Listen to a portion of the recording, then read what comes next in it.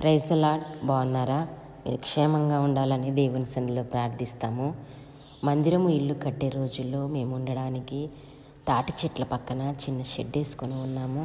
ఒక రాత్రి గాలి వర్షం వల్ల తాటిపండు రాలి మేమున్న రేకు మీద పడి రేకు పగిలి చిన్నోడున్నటువంటి మంచం పక్కన అది పడింది.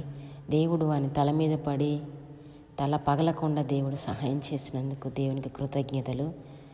దేవుని వాక్యము 121 కీర్తన 3-4 వచనంలో ఇలా ఉంది. ఆయన నీ పాదము త్రొట్టిల్లనీయడు, నిన్ను కాపాడువాడు కొనకడు, ఇశ్రాయేలును కాపాడువాడు కొనకడు, నిద్రపోడు.